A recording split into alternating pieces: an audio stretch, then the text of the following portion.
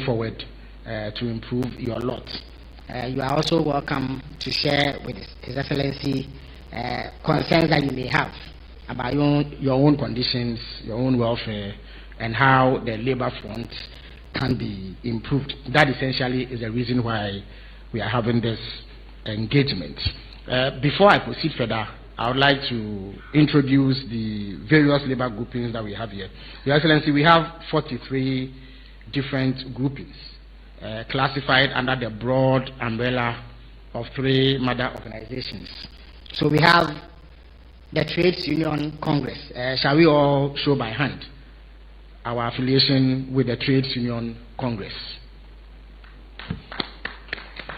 Thank you very much for doing us the honors. We also have the Ghana Federation of Labor. Yes, I told you, you are the natural constituency of His Excellency the President, and he's leading the Chobwe. Thank you very much, Your Excellency. So shall we show by hands those of us who belong to the Ghana Federation of Labor? Thank you very much for joining us. Yeah, His Excellency continues to be your cheerleader, and he will continue to carry your mantle and ensure that the state deals fairly with you. Shall we also show by hand those who belong to the broad grouping of the Forum? All right. So you are your own cheerleaders this time. But His Excellency the President is more than happy to join you. Thank you all for coming. As the program proceeds, we may introduce you individually so that we are all abreast of the level of representation that we have. So without taking any more of your time, I would welcome to the microphone the Honorable Alhaji Rashid Pelpo, who is Minister for Labor, Jobs and Employment. Honorable Minister, the floor is yours.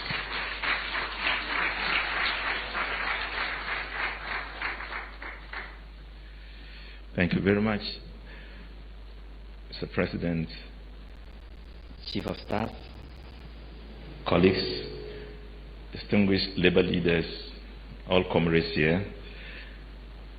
Good evening to you and welcome to this very critical, important meeting. We are aware that the President has made a promise that during the period of his time, he will have constant dialogue with labor, interact with us, create situations where we can get to understand each other.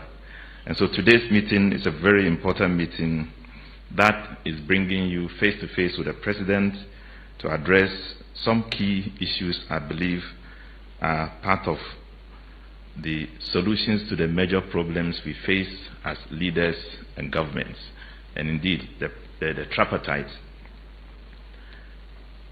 Various issues are brought up, many on salary disparities, others on structure, salary structure, and other issues, all of which are dependent on earlier policies which over the years have gotten distorted. Today's meeting is going to help us to appreciate where the President is coming from, where government is taking us to, how we can unite in our effort to develop this nation, working together as partners in development, not as opposition to each other. We, as already been mentioned, are social democrats. We align very much with labor. Labor is a friend to this party. And so we believe that in everything we do, we will open up very clearly to you. You will get to appreciate the fact that we do not hide anything. We will open up the economy for you to understand. We will present to you the issues on the salaries and the structure within which we operate and the need for any policy intervention. The President, in his address, I believe, will touch on them and will be announcing possibly a new policy direction in addressing the challenges that for which we have been addressing because of dissatisfaction and because of distortions that have not clearly been put between us. So, Mr. President, I have very high confidence that at the end of this meeting, we will come to terms with the issues that can unite us rather than divide us. And I believe that at the end of it all, we will leave here knowing that we are part and parcel of our development drive, and that even when you oppose us, we believe that you oppose us because you want to do better. You want something to help you to do better. And that's us in how we look at national development and how we can arrive at a conclusive end to create room for everybody to share in the development space of this nation. Mr. President, with these few remarks, I will urge my comrades who are all here to join us in this effort. And I want to also state that even though we are all here, the leaders will be the ones who will take up the challenge and respond to remarks and presentations being made by us. I know that labor leaders are truly the leaders we can rely on. So we don't have situations where everybody wants to speak and we have a situation of chaos. So I will urge that we stand by the labor conduct in how we conduct ourselves as meetings. Thank you so much, Mr. President. Thank you very much, Honorable Rashid Pelpu. At this stage, Your Excellency, permit me to introduce the leadership of the organized labor groupings, who are classified under three broad organizations. Let me acknowledge all of you and indicate that we would very much have loved to introduce you individually, but we are hard pressed for time, and as you can imagine, if we were to do so, it would eat deep into the time that we have for this program. So I'll proceed to introduce the leadership of the Trades Union Congress. The TUC is led today by Brother Joshua Ansah. Please let us see you. Please give him a round of applause. And he is ably assisted by Dr. Kwabena Otu. Thank you very much for coming, Dr. Otu. The Ghana Federation of Labor is led by Brother Abraham Kumsin. Thank you very much. And he is supported by Brother Kenneth Kumsin.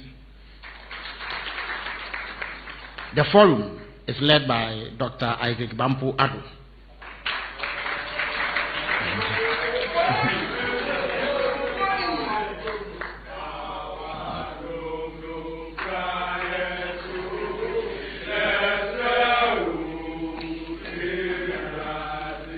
Thank you very much for that impromptu performance. Dr. Isaac Bampo Ado is ably supported by Brother Thomas Musa. Thank you very much, Brother Musa. At this stage, I'm sure you are all eager to hear what His Excellency the President has for you and why he has extended this invitation to you. So I will proceed to welcome His Excellency President John Dramani Mahama to give a keynote address. Thank you very much.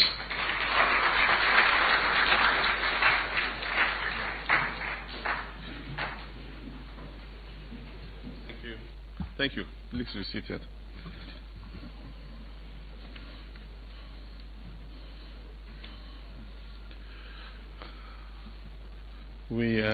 Since we agreed to do these presidential dialogues, several things have happened in the world and are ongoing in the world, including Iran, US, Israel, and the whole Gulf and Middle East. And so these are ongoing issues that we need to keep an eye on. But let me thank the Honorable Minister of Labor, Jobs and Employment and the Minister for Government Communications for organizing this dialogue. And I'm pleased to welcome all of you to the presidency, and I believe that we'll have a fruitful interaction. As part of our reset agenda and our quest for transparency in government. I pledged during the campaign to consult key stakeholders frequently in order to promote public trust in government and accountability. And so we held the first dialogue with the private sector, which we call the engine of growth, to see what the issues are and challenges that they face in terms of investing and expanding their businesses. Today's dialogue is with organized labor, because you need labor to be able to move the economy. And after this, as the Minister for Government Communications said, we will meet with the civil society organizations. That would include religious leaders, traditional leaders, and all of them. I just wish to set the preamble by saying that this government has nothing to hide. What you see is what you get. We've come a long way from the period where you had two different economic statistics. The statistics that we give you are the true state of the economy. And so today, we will show you what the size of the national cake is. You need to know what the size of the national cake is before we all decide how we share it. If we don't let you know what the size is, you believe it's bigger than it is, and your share is smaller. But if we let you know what the size is, then all of us know that the share we're getting is commensurate to what the cake is. And so the only way we can get a bigger share is to grow the cake bigger. And that's what this government is about. For the past year, we've been tightening expenditure, making sure we eschew waste so that we're able to grow the GDP in order that we can invest in infrastructure and grow the economy and thereby create more jobs. But until we all are on board and know that we must work together to grow the cake, create more employment, then we'll feel that somebody is enjoying more than the other. So I'll set the tone with my speech, but after that the Minister of Finance will also give you an indication of what the size of the national cake is. Cake is not a traditional food. If it's king cake, what the size of the national king cake is, so that we all know how many balls we can share. And all of us will come to the table and share it. Nobody is going to sit and then after some people have eaten, then what is left over we give to organized labor and other disadvantaged groups. All of us are tightening our belts together. And so let me just go through inflict on you the prepared speech, but we'll have the opportunity to have an open forum, and so we'll be able to discuss, in depth what our national circumstances are. So I'm pleased to welcome you to this important dialogue, which lies at the core of our national development agenda, the welfare, dignity, and productivity of the Ghanaian worker. Let me start by sincerely thanking organized labor for your ongoing dedication to positive dialogue with the government. The strength of our nation relies on the strength of the partnership between government and organized labor. Today's meeting is therefore not just a dialogue, it's a collective responsibility to reset and reimagine the future of work, compensation, and social protection in Ghana. Leaders of organized labor. For many years, Ghana has faced ongoing disparities in public sector pay, repeated labor disputes, and a remuneration system that often struggles to balance fairness to workers with the country's financial realities. These challenges have exerted significant pressure on public finances, and at times they have strained the social compact that exists between government and organized labor. It is therefore my firm conviction that the time has come not for just incremental adjustments, but for bold structural reforms in how public sector emoluments are determined and managed. Accordingly, as part of our reset agenda, the government has declared 2026 as the year of transition from the Fair Wages and Salaries Commission to a new independent emoluments commission. This reform is not about dismantling the progress we have achieved. On the contrary, the Fair Wages and Salaries Commission will serve as the institutional core to bring about this transformation. We'll reinforce and reposition the Commission both financially and in terms of human resources so that it becomes the technical cornerstone of a modern, independent national authority, capable of managing public sector pay with professionalism, independence, and credibility. The Independent Emoluments Commission will create a transparent, rules-based, and evidence-driven system for setting public sector pay.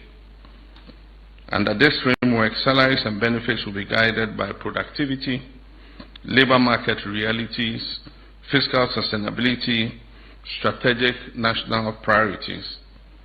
And through this reform, government aims to, 1, address long-standing inequities within the public sector, rationalize allowances and benefits, strengthen the link between pay and productivity. Our goal is to move away from the fragmented and ad hoc wage decisions towards a system that is fair to workers, is responsible to the taxpayers, and is sustainable for future generations. Let me emphasize that this reform will be implemented in a phased manner and will be carried out in full consultation with organized labor every step of the way. As a first step, the new legislative framework will cover public sector institutions, agencies, and state-owned enterprises with a differentiated approach that reflects each entity's financial capacity and operational reality. It is also important to clarify that the inclusion of Article 71 office holders will be undertaken only after the required constitutional amendments and legislative processes have been carried out and are complete. At that stage, the Commission would be elevated into a fully fledged constitutional authority that will be responsible for determining the emoluments of all public officers holders, from the President to the least paid watchman. Sorry, we don't have watchmen anymore. Security officers. Distinguished leaders of labor, as we undertake this transition, the government must act with prudence and responsibility. For this reason, 2026 will not be a year for full renegotiation of conditions of service across the public sector. Instead, the government will carry out targeted, modest adjustments to specific allowances as an interim measure. This approach is necessary to maintain macroeconomic stability, manage expectations responsibly, and create the space needed to build a credible and sustainable national emoluments framework. Let me be clear, this is not a withdrawal from engagement with labor. It is a strategic pause to address the structural foundations of our compensation system in the interest of everybody. In preparation for the new framework, the Independent Emoluments Commission will develop a comprehensive national emoluments policy. The policy will address 1, pay disparities, harmonize allowances, strengthen performance-based compensation, align public sector pay with Ghana's long-term development and fiscal priorities. Ultimately, we seek a system in which rewards are aligned with productivity, fairness, and national development goals. My comrades and friends, our pension system stands at a critical crossroads. Nearly 2 decades after the introduction of the 3-tier pension system, coverage remains limited. Out of an estimated 10 million workers, fewer than 2 million are contributing regularly.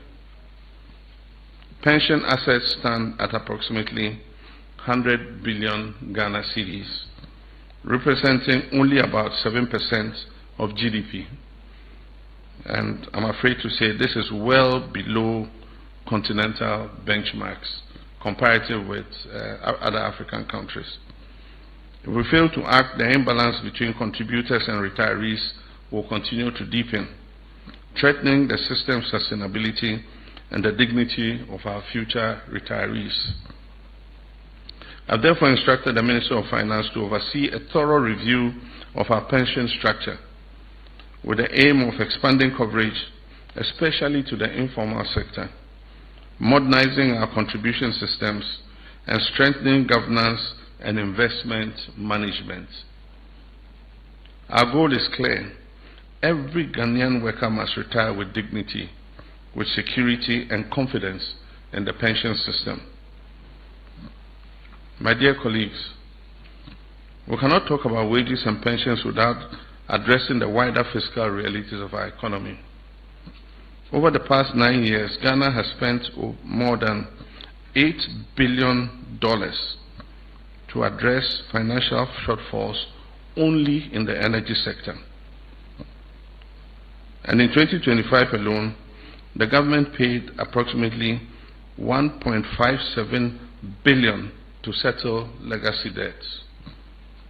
Meanwhile, inefficiencies, especially in revenue collection at the billing and metering stage, continue to undermine the whole energy sector. These losses directly impact the economy's ability to improve wages, enhance working conditions, and expand social protection. And this is why government is strengthening energy sector reforms to restore discipline, eliminate inefficiencies, especially at the last mile distribution sector, and unlock these wasted resources for national development. My comrades and friends, this reform is not designed against labor. It is designed with labor and for the long-term stability of Ghana's public sector compensation system. We stand at a defining moment.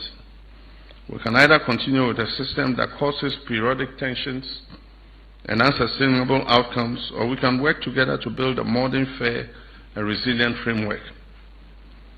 I therefore invite you to join government in shaping this new institutional architecture.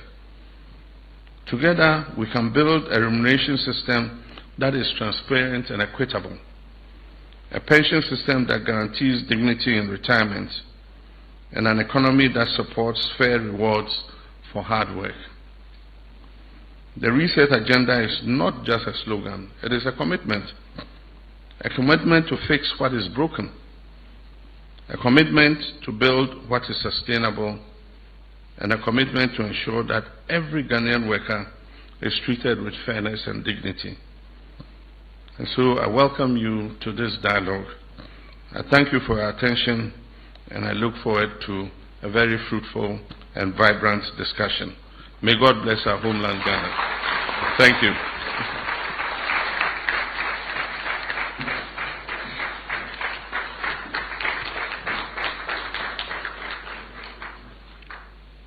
Thank you very much, Your Excellency, for those thought-provoking words.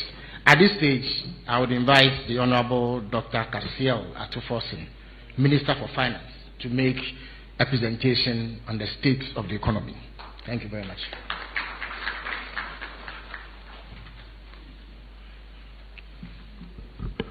Thank you very much, Your Excellency.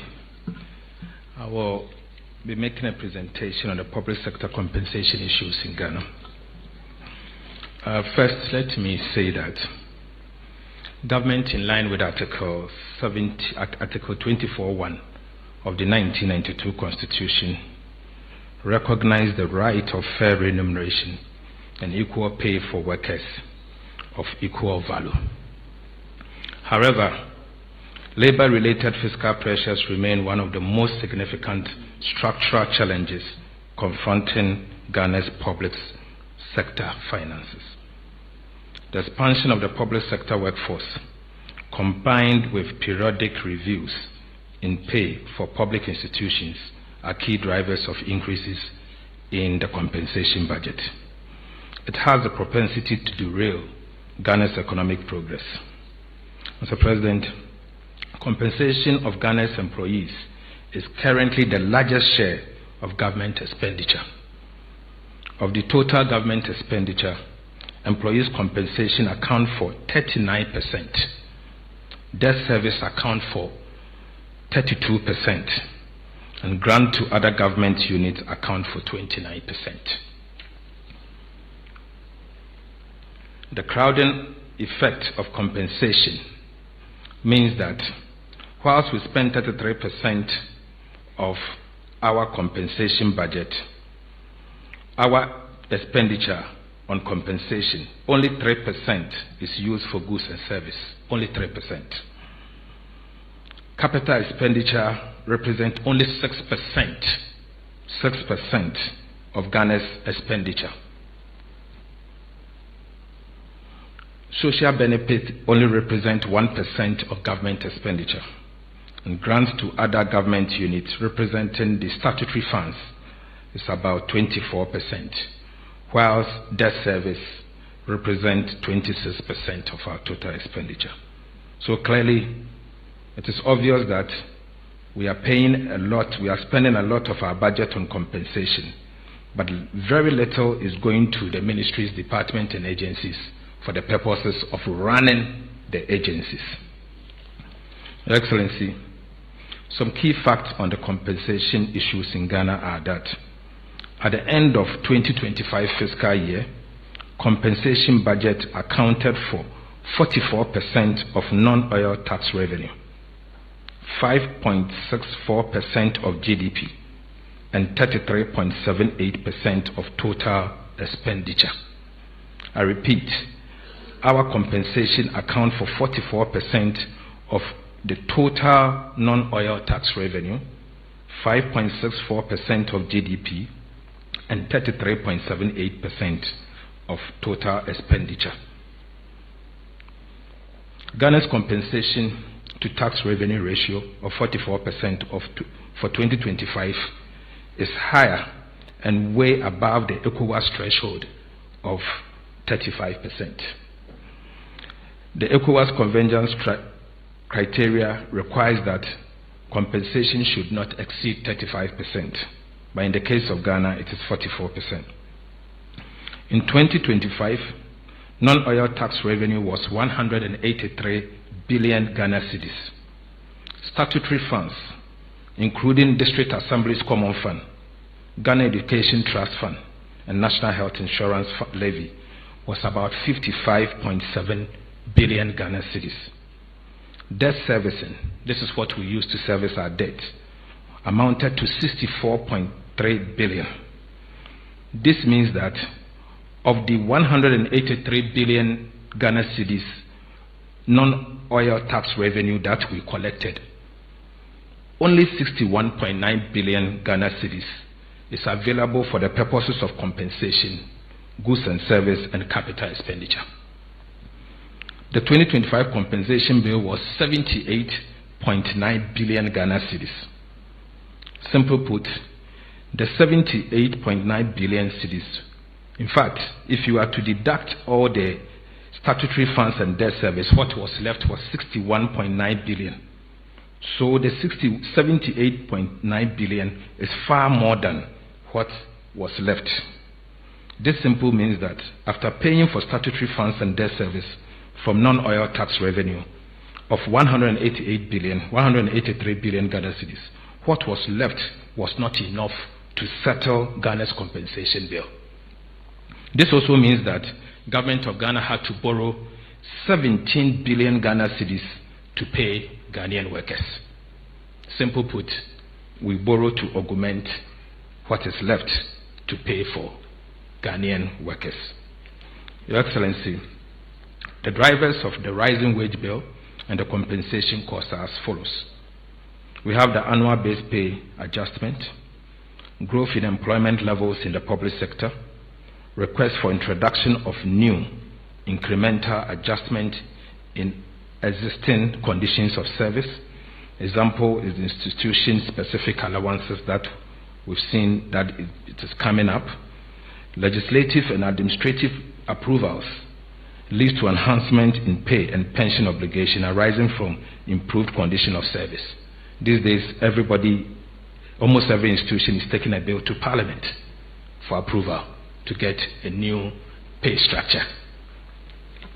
Your Excellency, under the legislative framework guiding the pay structure in Ghana, there are various legislative instruments that contain enhanced conditions of service for some public institutions. Some of these laws are in contravention of the provisions in the 1992 Constitution. There are also enabling acts that empower boards of public institutions to determine the conditions of service of staff without recourse to the Minister for Finance. This is also a contravention of the Public Financial Management Act, Act 921. Undoubtedly, the various enactments and their implications on conditions of service of staff within the public service create chaos and inequalities in pay and its administration. These laws are inconsistent with each other, and most especially with the 1992 Constitution and the Act establishing the Fair Wages and Salaries Commission. The current conditions of service review framework is such that the conditions of service of public sector institutions are determined through several fragmented channels, including Public Sector Joint Standing Negotiation Committee that determines the annual base pay negotiations, the Labor Unions Association negotiations, allowance for public institutions, requests from independent constitutional bodies and other agencies, i.e. Parliament, Judicial Service, Audit Service, and the Ghana Armed Forces, Public Emolument, Presidential Emolument Committee that determines Article 71, and enabling acts and administrative approvals that we've seen in the past. Excellency, in the year 2024 alone, the conditions of service review added to, in the year 2024 alone, the conditions of service review added 2.4 billion Ghana cedis to our wage bill. And then you will notice that the Ministry of Education is the one that led the chart with about 1.3 billion Ghana cedis of the 2.4 billion. In the year 2025, we saw that the conditions of service review alone added 6 billion Ghana cedis to the wage bill. Of this, the Ministry of Interior alone contributed 5.7 billion.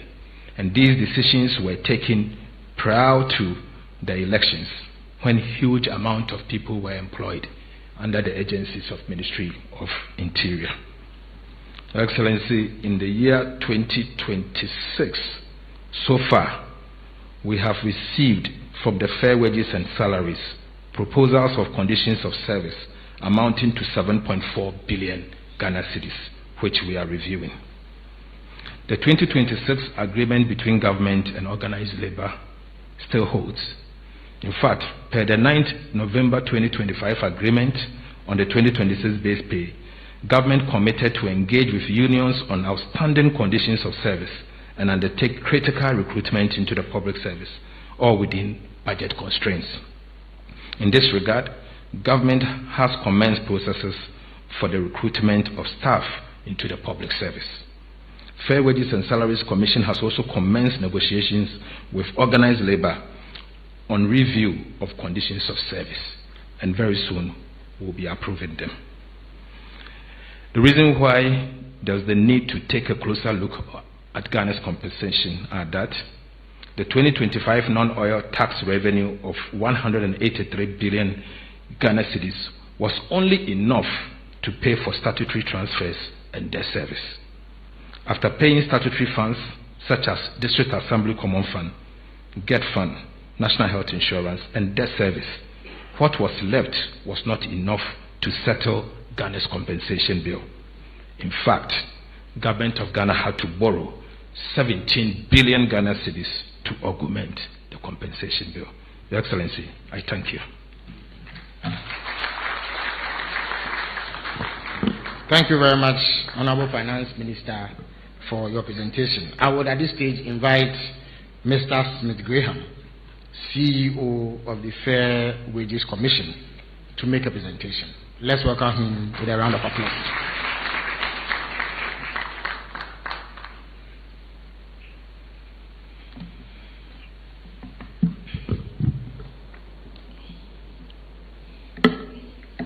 Thank you very much, Your Excellency, Honorable Chief of Staff, Honorable Ministers, and presidential aides, comrades, good evening. Let me begin with a simple but honest truth. The current public where allowances have overtaken salaries and where every few months we are drawn into disputes, not because workers are unreasonable, but because the system itself is also fragmented, opaque, and increasingly unsustainable.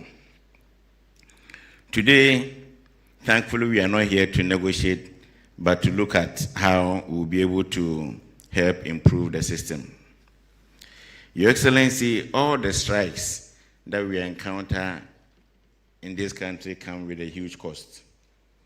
In 2024 alone, we had 22 strikes. The 22 strikes we had cost the nation 1.47 billion Ghana cedis. The 22 strikes. In 2025, we had 8 strikes, and the 8 strikes cost the nation about 635 million Ghana cedis. This year, we've had some strikes, and they all come at a huge cost to us as a state. The single spine pay policy was introduced, Your Excellency, to attempt to correct the major distortions in the salary structures in the public service. This was achieved to a very large extent, and we were supposed to continue improving on it until we get it right. Unfortunately, with the passage of time, we are almost back to square one. Legitimate concerns are still being raised regarding disparities in public sector pay, distortions created by multiple allowances, inequities between institutions performing similar functions, challenges of managing the low and high levels on the single spine salary structure, among others. These concerns are real, and they have contributed to recurring labor agitations across the public sector. From the technical perspective of the Fair Wages and Salaries Commission, it is clear that the current architecture for managing public sector pay has reached its structural limit. What is required now is not simply another round of negotiations, but a structural reform of how remuneration itself is determined. And we are happy that Your Excellency of your suggestion to introduce the Independent Emolument Commission. Let me say that the Commission is ready for this great transformation, and we will do our best.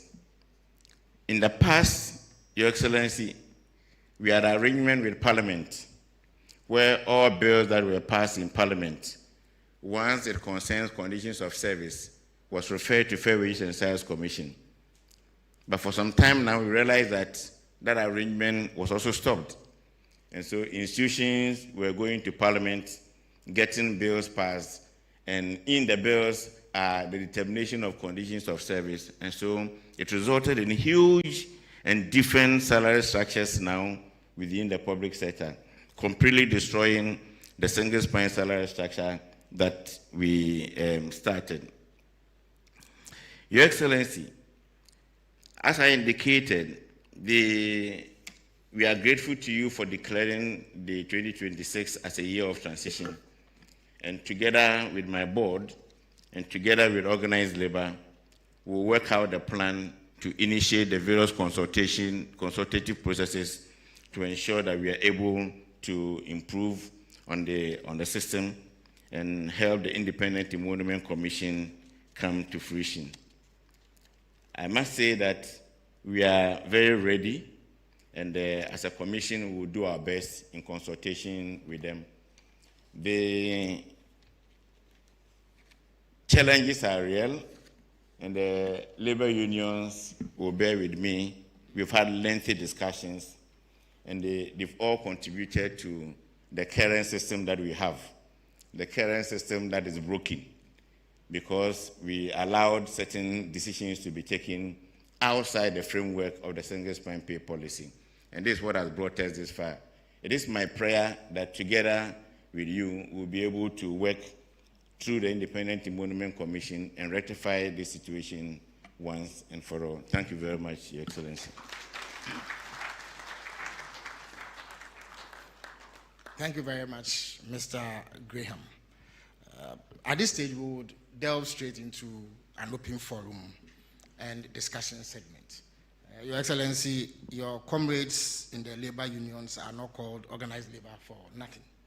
They are so well organized that they have elected that their leaders represent them in the open forum and discussions. So they have organized themselves under 3 umbrella groupings and have nominated 2 of their leaders each to engage you in discussions, comments, and any questions they may have of government policy and your intentions towards them. In that regard, I would call Brother Joshua Ansah to set the ball rolling on behalf of the Trades Union Congress. I believe you can activate, please activate the microphone and let us have your contribution. Thank you very much. Thank you very much, Honorable Minister. Your Excellency, Honorable Chief of Staff, Honorable Finance Minister, Honorable Labor Minister, and colleagues and comrades, you rightly said it. Organized labor is well organized, and we have consolidated all our issues and have been mandated to speak on our behalf. But before I speak, the issue about larger percentage going to compensation. We have asked this question from day one up to today. Not this government, but government upon governments. What constitutes that portion of the emoluments or the compensations that we touch ourselves with? We would like to know one day that, yes, we are spending 39%, we are spending 40%. 20% of that goes to maybe a few people, whilst the majority share the 10%.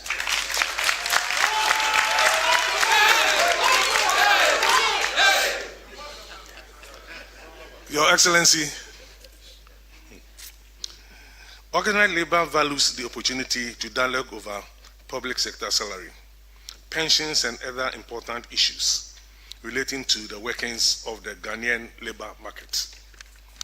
And Honorable Minister, I want you to actually bear with us, because when I speak, don't worry about the time, because I'm speaking for all.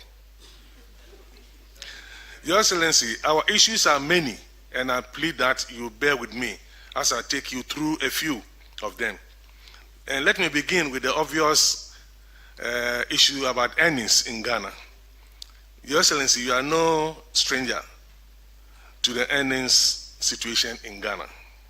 The minimum wage is now only 21 cedis, 78 pesos per day, or 588 Ghana cedis for 8 solid hours of work.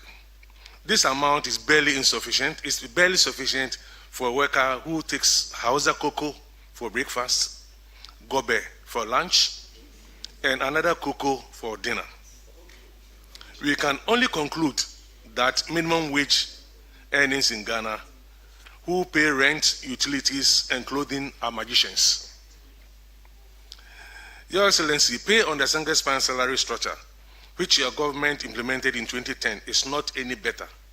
In 2026, the minimum pay on the single span is $809 per month. This translates into only $75 per month. Your Excellency, how workers on this salary pay for food, rent, clothing, and utilities for themselves and their families remains a puzzle. Your Excellency, with this low pay and the prevailing cost of living, it is difficult to discuss productivity in the country, Your Excellency.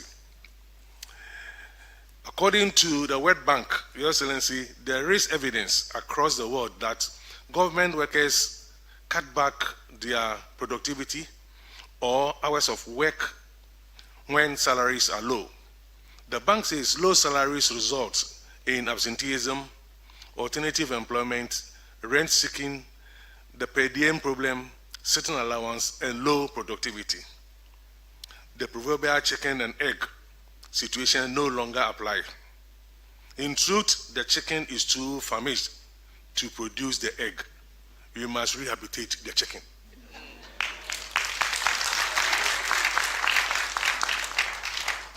Your Excellency, the other issue about wages in Ghana is high levels of pay inequities, particularly in the public sector. In the state-owned organizations, some chief executives are being paid basic monthly wage of 100,000 Ghana cedis, with monthly rent allowance of about $4,000. Your Excellency, the single spine pay policy has in many ways been mismanaged by government itself. A key principle underlying the single span pay policy was the consolidation of allowances because allowances have been deemed non-transparent and a major source of inequity in pay administration. Therefore, allowances were consolidated to ensure fairness. Today, the allowances are back. Government have granted allowances indiscriminately to some groups while denying same to other workers. So far, about 80% of workers on the single spine have some form of allowances. The remaining 20% have nothing. They subsist merely on their base pay. We must correct these discrepancies. Indeed, Mr. President, as part of the 2026 base pay negotiations, government promised to address all remaining conditions of service challenges facing our workers. After the negotiations, Fair Wages and Salaries Commission and the Ministry of Finance are dragging their feet, and our members have become agitated.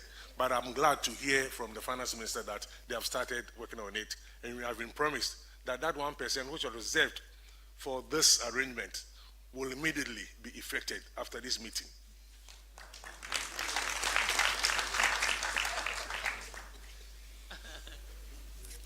Your Excellency, we appeal to you to order the Fair Wages and Salaries Commission and the Ministry of Finance to conclude these conditions of service negotiations quickly to avert any industrial disturbances. Mr. President, we must address these discrepancies before launching another salary reforms. Your Excellency, we welcome the initiative to establish the Independent Emolument Commission. While the Commission can help address the pay inequalities in the public sector, it may not in itself address the old age problem of low pay. Organized labor will accept full-scale interpretation of the Independent Emolument Commission rather than piecemeal implementation. Your Excellency, we need to adopt a proactive incomes policy as a foundation for the work of the Emolument Commission on incomes, policy that addresses the basic needs of workers and their families. That policy must be a living wage. You must move away from the piecemeal approach in the awarding 9%, 5%, 2% every year to a situation where a living wage discussions must begin and end with no time. Your Excellency, more than a decade and a half after the introduction of the pension reforms, we now have more and deeper concerns about the national pension system. Significant cohort of workers retiring under the 3-tier pension scheme continue to receive lower lump sum benefits compared with what they would have received if they had retired under the PNDC law 247 regime. Pension coverage remains low and it has been testified by His Excellency this evening at less than a fifth of the eligible population. Significant proportion of people on pension receive less than 500 Ghana cedis a month, which is less than $50.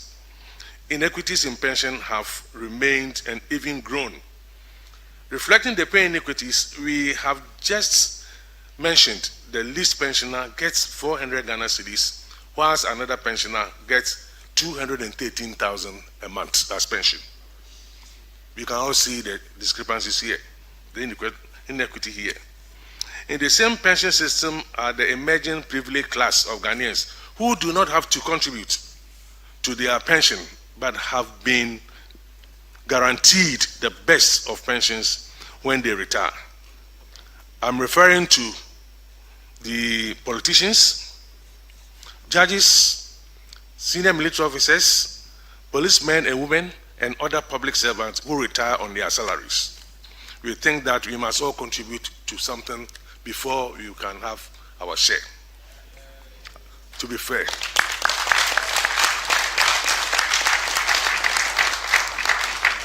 Mr. President, we need a reset here. And I want to repeat, we need a reset here. Pensions unification must happen under your leadership. Pension unification must happen under your leadership. Fairness demands that all workers with savings capacity contribute towards their pension. It will make a big relief to the already stretched government budget. Mr. President, Organized Labour have deeper concern over the basic pensions scheme managed by SNIT, and we are unhappy with the growing government control over the management of SNIT. We need to take a second look at the existing pension arrangement. We have heard from the grapevine that your government has moved pensions from the Ministry of Labour, Jobs and Employment to the Ministry of Finance. We have heard. Given our role in pension management, we are at a loss why we were not even consulted on this monumental decision. Your Excellency, Organized Labour seriously object to this switch, and we reiterate our position that pension is more about welfare of retired workers and less about finance. Your Excellency, you are no doubt aware of the acute employment challenges facing the country. Despite recent gains in macroeconomic management and consistent output growth for over 4 decades, good jobs have remained rare. The numbers that just apply for employment into the security services highlight the enormity of the employment challenge. Mr. President, the numbers indicate to us that the employment challenge is both colossal and difficult.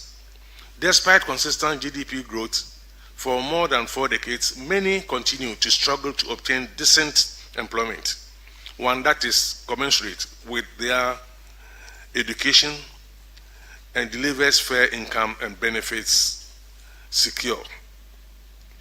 Your Excellency, the high rate of unemployment and joblessness entails substantial waste of human resources of the country. Too many young people educated at greater cost to themselves and their families, but also to the nation, are denied the opportunity to realize their potential and contribute to nation burden. A key explanation for the employment time bomb we face is the way we have managed our economy in the last 4 decades. Economic management over priorities.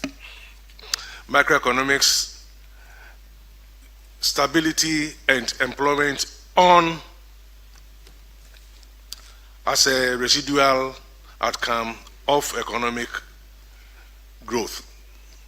The economic policy framework must change if we are to have any chance of reversing the current levels of joblessness and giving hope to our youth.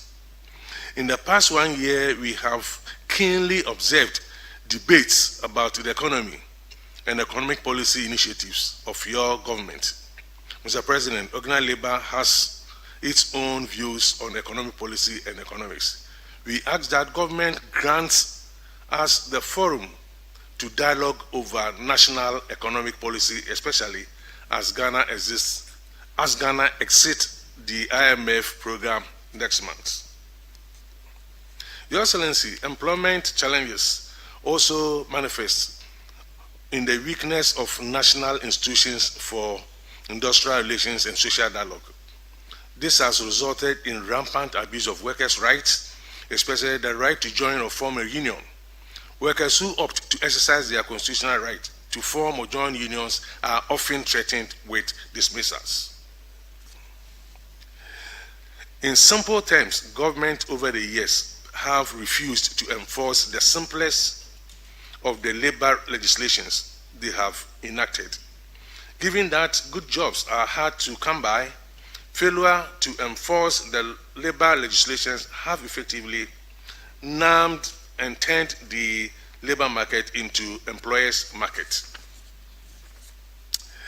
Employers are dictating the pace and in terms of engagement, the macro policies once are seriously abusing workers' basic rights.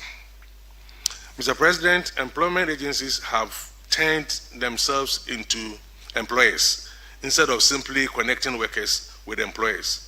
While running payrolls, both the employment agencies and client companies continue to deny their employer status. This leaves workers frustrated as who their employer is. This situation cannot be allowed to continue, Mr. President. We must work together to complete the labor law review to give more and better protection to workers. The current law has deficiencies which employers are exploiting against workers. For example, employers terminating workers without giving them any reason for the termination. The courts have upheld this practice. We are appealing to you, our President, to adopt a policy that will compel employers to give a worker a reason for terminating their employment. The policy can then be incorporated into the new labor law. Government must prioritize investment in social dialogue, and doing so will be far cheaper than managing strikes and industrial disturbances. In our 2025 May Day statement, we indicated the precarious situation of the energy and electricity sector. We acknowledge the multiplicity of challenges affecting the sector, including the high energy sector debts. Since then, we have seen a remarkable turnaround. The lights have been fairly stable in the past 1 year, even though increases in electricity bills have outpaced growth of our incomes. While we acknowledge that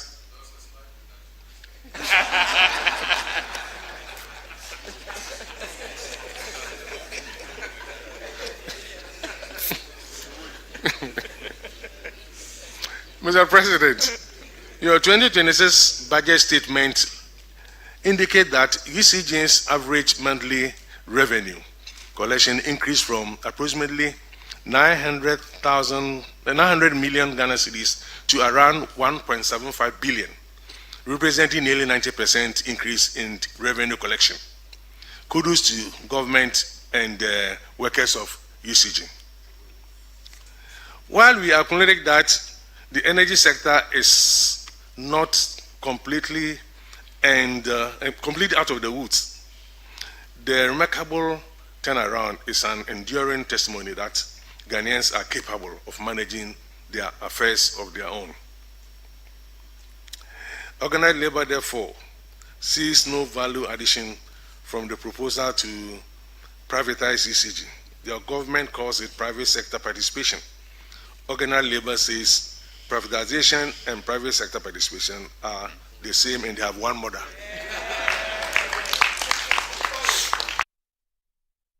I have perused the technical notes from the government PSP team and this week and its conceptualization is confusing in the problem it seeks to resolve.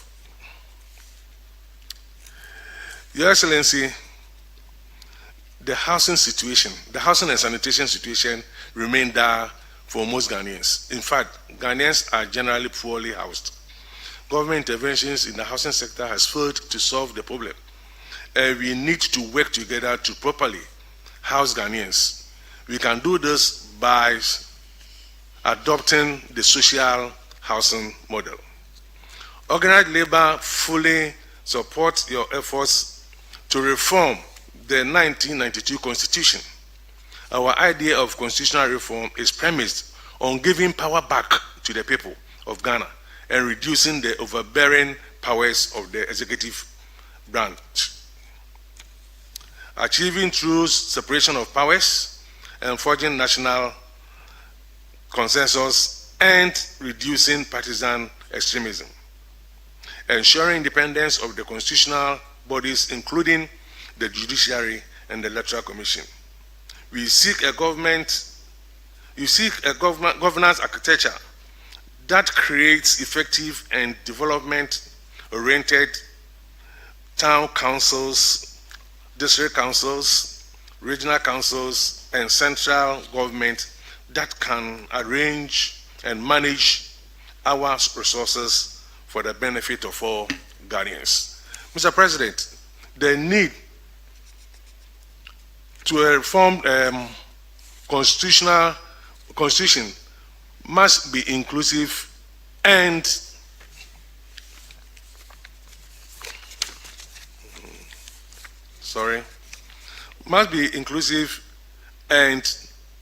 consensual. That is the only way we can reduce the current partisan warfare. We have heard about a report by the committee you set up following our statement on the revocation of appointments done by the previous government. We are still searching for the full report so that we can respond to the work of the committee. Beyond the revocation of appointments, the management of our public service sector institutions continue to deteriorate after every change of government. The partisan political maneuvers are ongoing and continue to weaken the institutions of state. The usual excuse that the other party of government did the same and inexcusably anymore because it places the country and its institutions on the road to the abyss. We must reset away from this path. First is the revocation of LI 2462, which had permitted mining in forest reserves. Organized labor sincerely commend you and your government for this. We also acknowledge the ongoing efforts to deal with Galamsey. At the same time, we draw attention that Galamsey is still very much prevalent.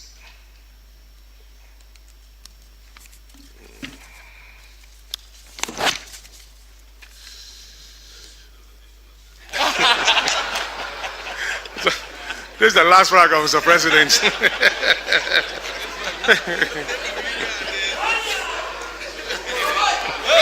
Mr. President,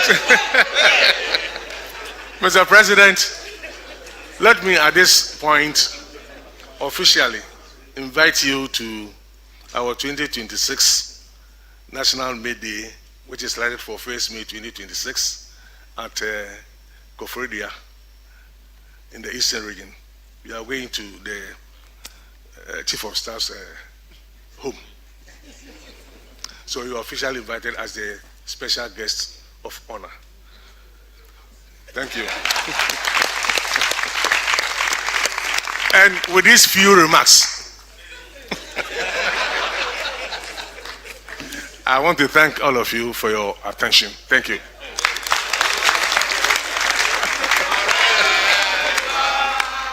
Solidarity forever. Solidarity forever.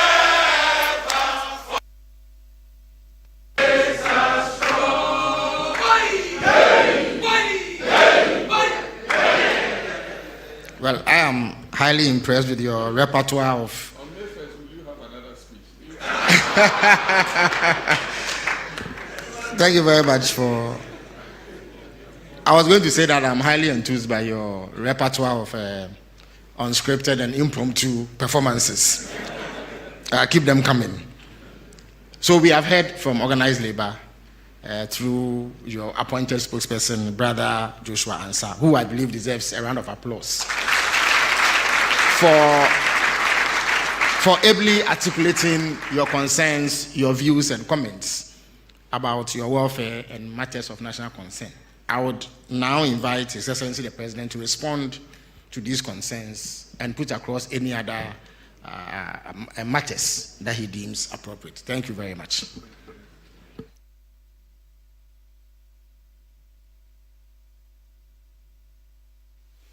Thank you very much.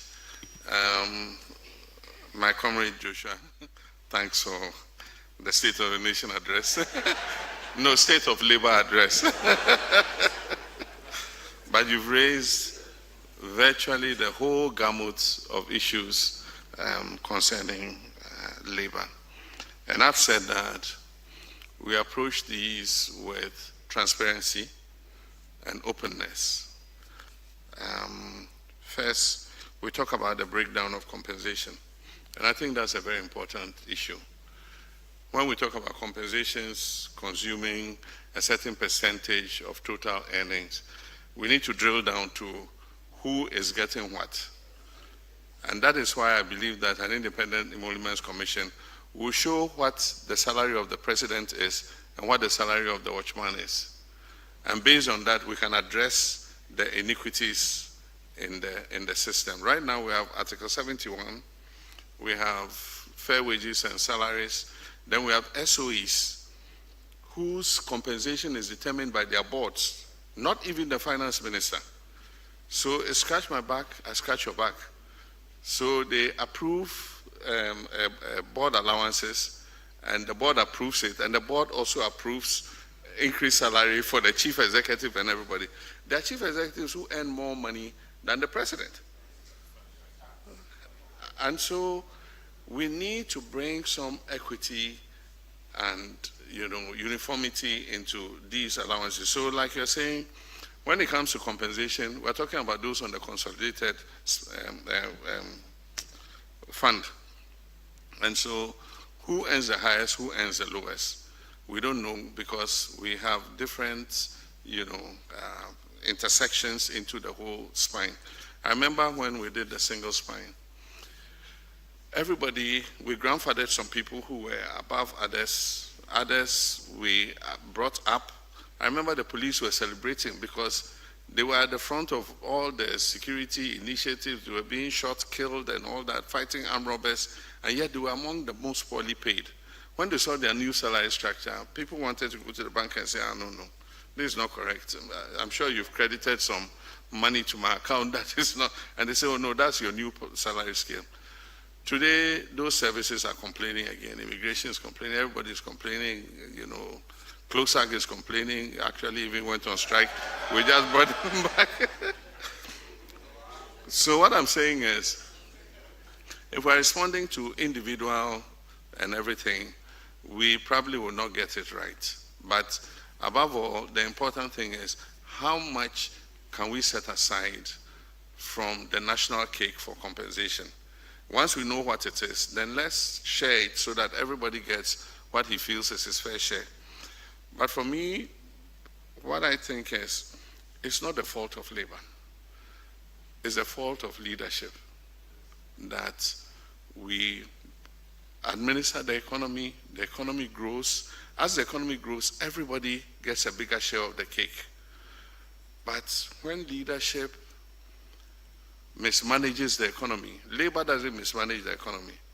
It's not organized labor who are running the economy. Organized labor are not the Minister of Finance. They are not the governor of the bank. They are just working to earn a salary. And so it is our responsibility to make sure that we manage the economy in such a way that it keeps growing so that we can keep employing more of our children and giving a better wage to our workers. So for me, I believe that we have a role to play. And that is why I'm holding my government to account, that we must be fiscally prudent and responsible, that we're not wasting the resources of government. And so for every sector, we're looking at how we can optimize and make sure that every CD that the taxpayers' money is being spent on properly. And that is the mission of this government, and that's the mission of the reset agenda. We don't have two sets of economic statistics like some previous governments have. What you see is what you get. The statistics we go to Parliament and read are the statistics of the state of the economy. And so once we do that, all of us can come and sit down and say, this is what is available. How do we manage it? I was president when the single spine was finalized. It started in Prof. Samuel's time, but it was finalized in my time. And we adjusted salaries. What actually caused the first shock that we never really recovered from, apart from the energy crisis, was the single spine salary structure. Because in 2012, after we had finished the negotiation, in 2013, we started paying the arrears. And the arrears were huge. By the time we finished, we're paying almost 73% of total tax revenue for compensation alone. And so I'm saying that we need to begin to look at salaries and wages again in a manner that is uniform, that compensates everybody appropriately, but must do it in a way that we don't destroy the economy again. And so that is the discussion that I said Graham Smith and his people are going to lead, including the Minister of Finance, and we're going to involve you. We all are going to talk about it and see how we're going to put this together. But to look at other issues, and I think my brother raised a lot of issues. We've had the situation where regulations are being brought to Parliament. Parliament is passing them and allowing all categories of people to retire on either their salaries or percentages of their salaries.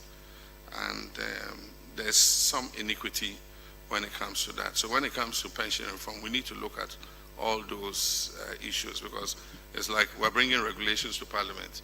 And the regulations include many things, including welfare, uniforms. They must be provided with appropriate boots. But smuggled in there is that from this rank onwards, we shall retire on our salaries. And that is creating a disparity, so we need to look at that.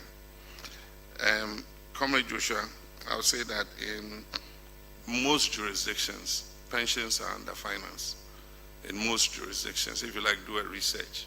In most jurisdictions, pensions come under finance. And so we can discuss the issue about Ministry of Employment. Like you said, the recent security services recruitment shows us the huge scope of the problems we face. We say that we have a young, vibrant youth population, which is an advantage, but at the same time, it's a powder keg. It is an explosive issue, because as long as we're not creating opportunities for this youthful population, then it can become a disadvantage. And so if you look at the recent recruitment exercise, 500 and something thousand people applied for different services. But if you drill down and take away the double application, some people applied for immigration, applied for police, applied for fire service, each one. If you take all that out, then 290,000 young people applied for recruitment into the public service, into the security services. Meanwhile, the security services were taking 5,000 out of the 290,000.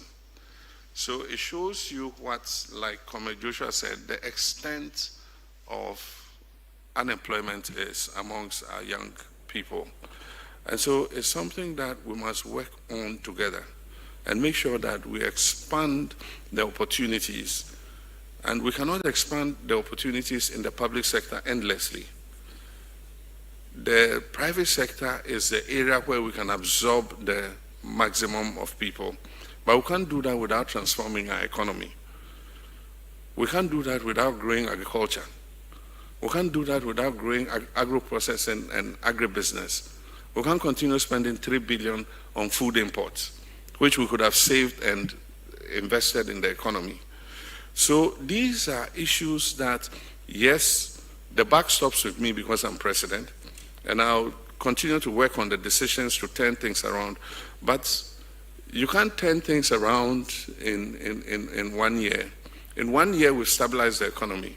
Our focus was to stabilize the economy because the economy was in decline, it was in crisis, so we needed to stabilize it. Now that we've stabilized it, we must maintain stability, but now our focus must be on growth and job creation. Growing the private sector to make sure that we have the B5s, we have the KEDA at Shama Industrial Area that are opening factories and absorbing our young people. Anytime I go and I open a new industry and I see our young people in overalls working, it gives me pleasure. Recently, this calcine cement factory I went and opened, 190 young people have gotten jobs in the factory, and they were in their overalls. And I told them, I said, you are the lucky ones. For each job that you have, there are 10 young people who could have taken that job. So how do we expand the private sector to absorb the thousands of people, young people who are coming out of school? Government's public sector on its own employs less than 1 million people. We are 33 million people in this country. So however you expand the public sector, you can't absorb all those people. So for us, how do we maintain the growth of this economy so that we're able to absorb the young people that are coming out? I think that that's important. Last year we held the National Economic Dialogue. This year we're going to hold another National Economic Dialogue because we want to look at the progress we've made from the last one. The last one identified what the issues we had inherited were and what steps we should take to arrest the situation. This year, in 2026, we're going to hold a National Economic Dialogue 1 year on. And organized labor is going to be an important part of the dialogue because it will include all the issues that we have faced together. I am a comrade and I believe in organized labor. But sometimes we have to look at practical reality. When we talk about private sector participation in distribution of energy, we're not taking anybody's jobs. We're saying that the billing and metering is better organized by the private sector. That's all we're saying. Electricity company will continue to sell their power. And so, and I say this because I've been part of the privatization of the communication sector. And I remember when I was deputy minister, we were told that communications is such a national security issue. If you privatize it, the CIA will be listening to our calls and what and what. Today, the communication sector employs more people than when we had only Ghana Telecom and Ghana Post. They were together, remember. It was some state-owned enterprise, PNT. It was not even Ghana Telecom, it was PNT. How many people did PNT employ at that time? Today, if you take the workers of MTN and all the downstream digital employees and fintech companies and things, we are employing hundreds more people than PNT used to employ. But we're saying that ECG is not going to be privatized. And I want to insist again, ECG is not going to be privatized. There's not going to be any people who lose jobs in ECG because of private sector participation. ECG will sell the electricity to the private sector and say, we're giving you this amount of electricity, pay us. And so ECG will get its money. It will have its employees. It will pay its employees. But the private sector will be responsible for billing and metering. And so we gave you bulk electricity of this amount. ECG, we're sitting and waiting for you to pay us our money. So you will go to the houses and make sure the meters are working, you make sure that the people are paying the bills, and so on and so forth. So let me explain again. It's not privatization of ECG. For emphasis, it's not privatization of ECG. ECG will continue to procure, they'll be responsible for the transformers, they will maintain the transformers, but they will have a bulk metering. So if you're in charge, Joshua is in charge of East Legon, we give you a bulk meter. East Legon collects the bills and repair the meters and bring ECG our money. That is what it's all about. So I'm a comrade like you. But like I said, 2025 alone, $1.5 billion in subsidies. I mean, $1.5 billion, I could improve your salaries. Why would I just throw it away because of inefficiency in the energy sector? We've done a lot to bring the energy sector around. We've negotiated with the IPPs, and the point is, it's not like in the past where VRA was our only producer. VRA is state-owned, so if we owe VRA, we can always negotiate with VRA. But today you have Sunon Asogli, you have Car Power Ship, you have all of them who are producing power and giving to ECG. And so if ECG is not able to pay them, then it becomes a debt for government, and that's what's creating the problem. And so let me take housing and sanitation. Housing is a major problem. And for households, it is consuming the income of households. We need to have a national housing dialogue and decide how, between the private sector, government, and labor, we can come together and come out with a social housing policy to make sure that we provide affordable housing for workers to purchase on mortgage or to be able to rent at a favorable cost. The reason why private house owners are taking advantage is because of the deficit in housing. And so we have the rent courts. We say don't take more than 6 months of advance, rent advance. But the one who is renting and the house owner are both not prepared to go to the rent court because they are doing it quietly. It says pay 2 years rent advance. You can go and report him at the rent court and we'll hold that landlord accountable. But the one who is being asked 2 years rent advance doesn't want to go to the court. He will go and pay the landlord because he wants a place to lay his head. And so it is because we have a housing shortfall, and that is what is making them take advantage. Countries have instituted social housing policies that have been very successful. I've seen the Kenyan example, and Kenya has built hundreds of thousands of housing units, which they either rent or sell to government employees. In the past, employees have not been able to buy houses because we fix their mortgages in dollars. And because the dollar kept sliding and was not stable, then it means that if you take a mortgage, you find that eventually you're not able to pay, and then they take the unit from you. We just pray that we're able to keep the city stable. I've said that we don't want a strong city, we want a stable city. I want to know that every year the city will depreciate by 3% or 5%, 3% or 5%, so you can plan. And it will not add too much onto your mortgage bill. So now that we've been able to stabilize the city, let's work together to maintain it, because there are many benefits that all of us will get from a stable city.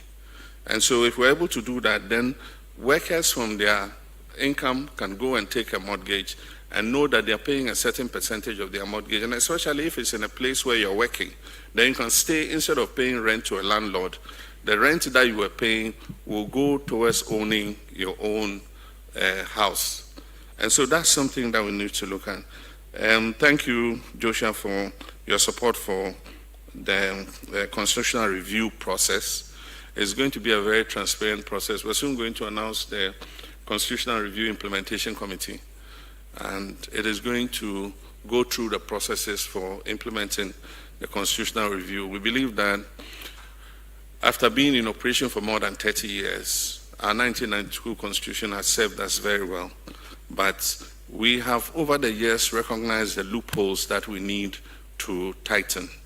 And so let us handle it together, not in a partisan manner, but knowing that that Constitution will serve us for another 30 years, into the future. And so it's something that we are happy to look at. Decentralization, we must deepen decentralization.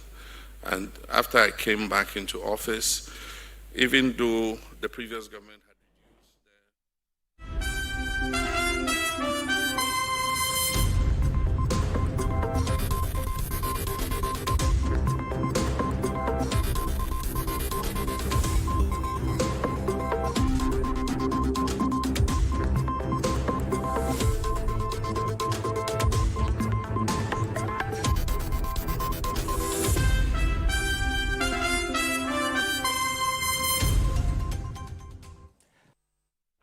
Hello and welcome to the Channel 1 Newsroom, live from our studios at number 5 Owula Hansen Lane at Tesano. I am Inosafo. Coming up.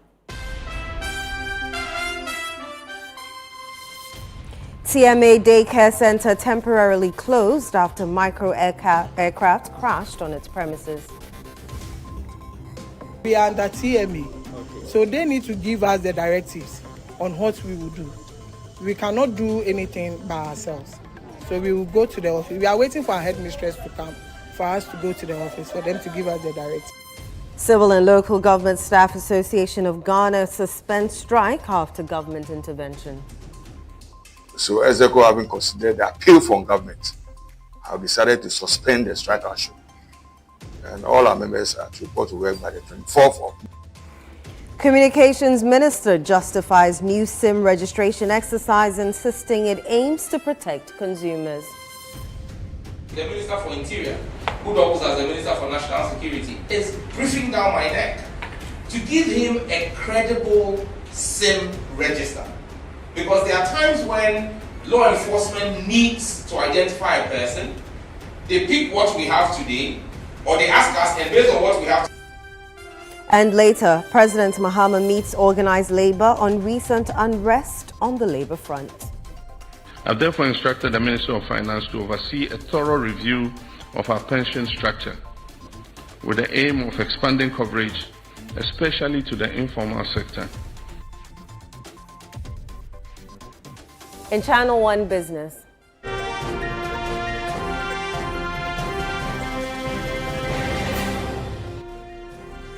Ghana's economy records stronger growth in 2025, with real gross domestic product expanding by 6.0%.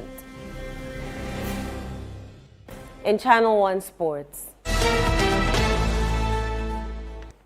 Did AU's exclusion from latest Black Stars call-up ignites public debate?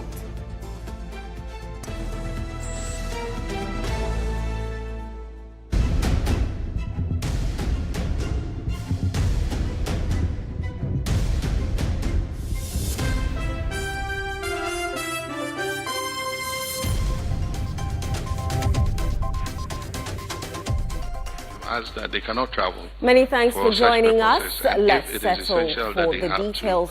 But first, let's go back to the Jubilee House, where the President is still engaging organized labor. And I'm saying that because they have to, as public listed companies, file their annual returns. But aside from that, those that are essential that were not listed on the stock exchange, we must make sure that SIGA is monitoring their activities and they are not incurring debts that governments have to pay. The final one is illegal mining. Illegal mining has eaten into the fabric of our society. And I must say that it is not only a menace to our society, but it has involved the circle of traditional rulers, political party appointees and everything. And so even when one party changes, those who were running some operation, who went to one party will go to the next party and say, oh, now that you have come and take over this operation and let's share, and we too will be getting small. This is what we're doing. And so I don't kid myself that we don't have our own people involved. And the work of the NIMOS is not easy. They go to a community and the chiefs, the youth, and everybody come out and resist them. And so I didn't kid myself that we will be able to win that fight overnight. But we cannot relent. We must continue. And it doesn't help when we have crisis in the cocoa industry. The low price that was paid to cocoa farmers made some of them give up their farms for gold mining. And so we had hoped that with a stable cocoa price and farmers earning more, they'll find that keeping their cocoa farms is more important than selling it for gold mining. Unfortunately, the cocoa price has crashed. And we've tried to maintain the price higher than our neighboring countries. What we have to do is to make sure that there's no smuggling into our country, because then what it means is with our price, we'll be subsidizing the Cote d'Ivoire farmers and other farmers. So we must make sure that we're not having cocoa smuggled in so that we are paying a higher price than they are paying. We're hoping that it will stabilize with the new automatic mechanism we're coming with, so that farmers know that they're getting 70% of the price. So if they take their calculator and they calculate 70% of the international commodity price and do the exchange rate in cedis, the farmer will know how much he's getting instead of a producer price being announced. But like I was saying, we're going to put more effort into the galamsey. One of the problems we have is we don't have patrol boats, especially on our waterways, for NIMOS to continue to patrol the waterways. So in many cases, you see them in local canoes. You know, some have outboard motors, sometimes they are paddling. I mean, Ankobra is 100 and something kilometers. If you enter a canoe, how much of Ankobra can you police? And so with the collaboration of the finance minister, the Ministry of Defense and Ministry of Interior Police came with some requirements that they need, you know, for patrolling the water bodies, and then equipment they need to maintain. They need tents for the forest reserves. Once they've cleared the galamsey operators, they need to have tents where they can camp the soldiers and have kitchens where they can cook their food and all that kind of thing. So we're working with the Minister of Finance to be able to maintain that. I've had to talk a bit long because it was a State of the Nation address. If I had to answer all the issues, I would have taken longer. But thank you very much, Comrade Joshua. Thank you. Thank you very much, Your Excellency, for those responses. So we are going to wind up today's program at this juncture. But before we do that, I would invite His Excellency to make... Thank you very much, Your Excellency, for those responses. So we are going to continue with the news now, and we're starting from Tema, where authorities have temporarily closed down the TMA daycare center. To close this section, in addition to the response to the State of Labor address rendered by Brother Joshua Answer. Your Excellency, the floor is yours now. Thank you. After that extensive response, I don't see how much more I'm going to add, but to say that I appreciate the concerns of Labour. Indeed, I am a social democrat and an Nkrumahist, all through and through. And so I empathize with Labour and organized unionization.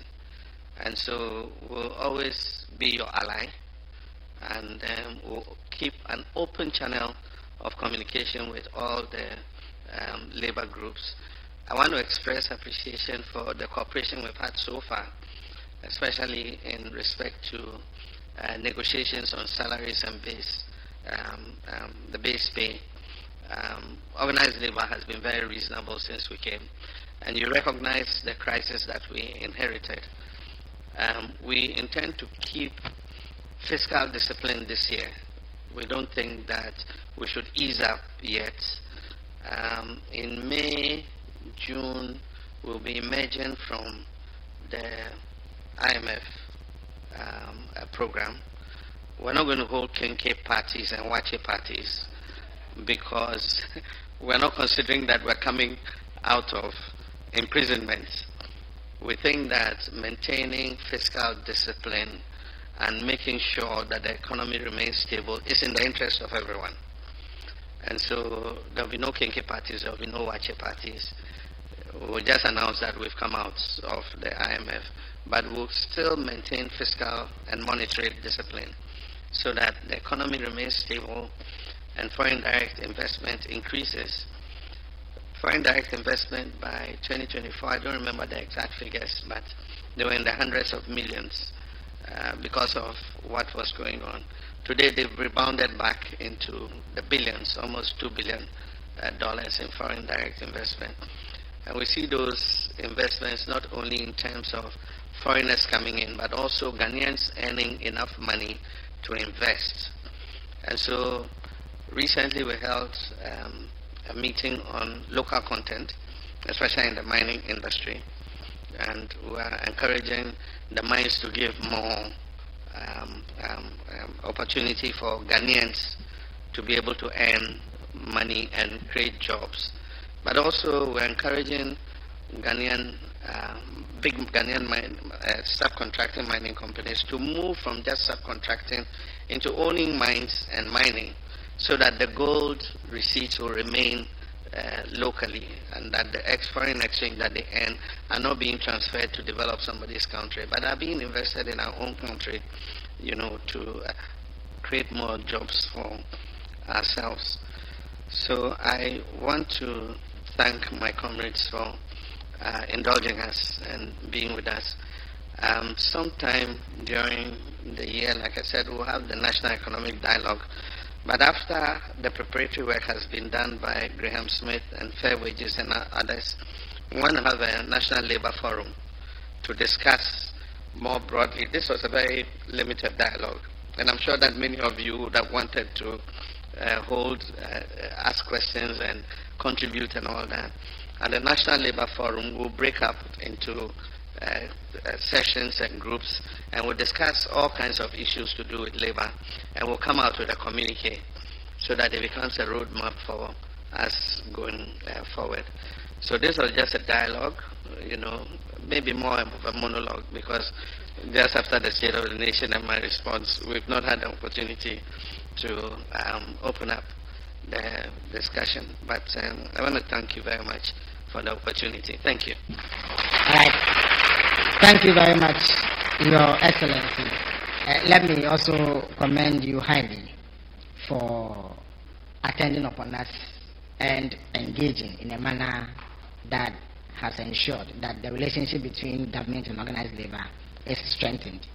Your organization and discipline has ensured that we have managed time prudently.